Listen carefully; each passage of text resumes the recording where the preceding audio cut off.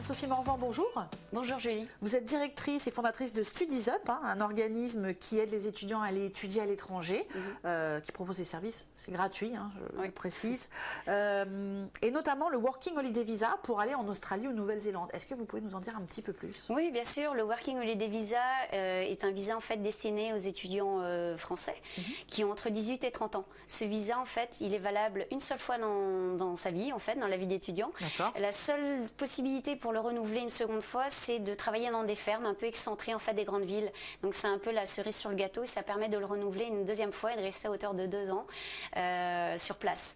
Il faut savoir que ce Working Holiday attire énormément de Français. Il n'y a pas de quota pour les étudiants français, parce qu'il y a d'autres destinations, d'autres étudiants aussi étrangers qui peuvent venir. Oh oui, ça c'est super.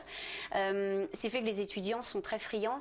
C'est souvent des étudiants qui vont partir soit avant ou après leurs études. Ça peut être même post-bac, s'ils ne savent pas trop ce qu'ils veulent faire, mais qui veulent absolument améliorer leur anglais et avoir une ouverture d'esprit et gagner en maturité. C'est vraiment une très bonne solution. C'est un beau projet. Mais du coup, vous disiez hors caméra que parfois la langue pose problème et du coup vous les accompagnez en proposant d'autres formules avec des cours de langue par exemple. Oui, parce qu'en fait ce Working Holiday attire des étudiants du monde entier. Donc il y a des étudiants qui ont un anglais un peu plus peaufiné que d'autres et pour les étudiants français on se rend compte que parfois ça peut être un peu difficile de départ pour décrocher un job sur place parce que l'idée du Working Holiday c'est de pouvoir travailler à temps plein 6 mois maximum par employeur. Donc ça c'est vraiment super et ça permet de subvenir à leurs besoins sur place.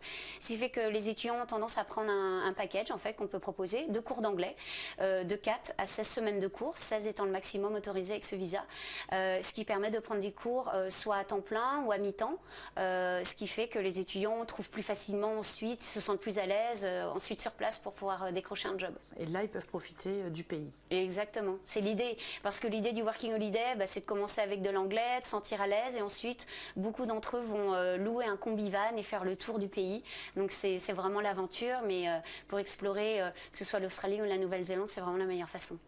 Et il y a aussi des possibilités de faire du demi-pair? Oui, le demi-pair, c'est une autre option. C'est un peu le bon plan, en fait, puisque ils ont cours le matin et ils s'occupent, ils sont dans une famille. Et en échange du gîte, de 15 heures par semaine, ils ont le gîte et le couvert.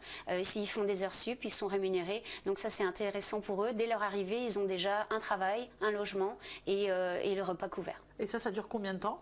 C'est 4 mois. 4 mois. Oui, exactement. Donc ça permet finalement de financer et d'être sur place et du coup de voyager aussi, de visiter. Oui, tout à fait, parce que de toute façon le Working Holiday, les étudiants peuvent rester à hauteur d'1 an. Après, cela étant, si pour X raison ils veulent rentrer plus tôt, il n'y a aucun souci, mais 4 mois, 6 mois, 9 mois, ils peuvent rester tant qu'ils veulent là-bas sur place. Donc ça c'est très flexible. Donc un bon plan, le Working Holiday. Oui, tout à fait. Ouais. Merci. Merci.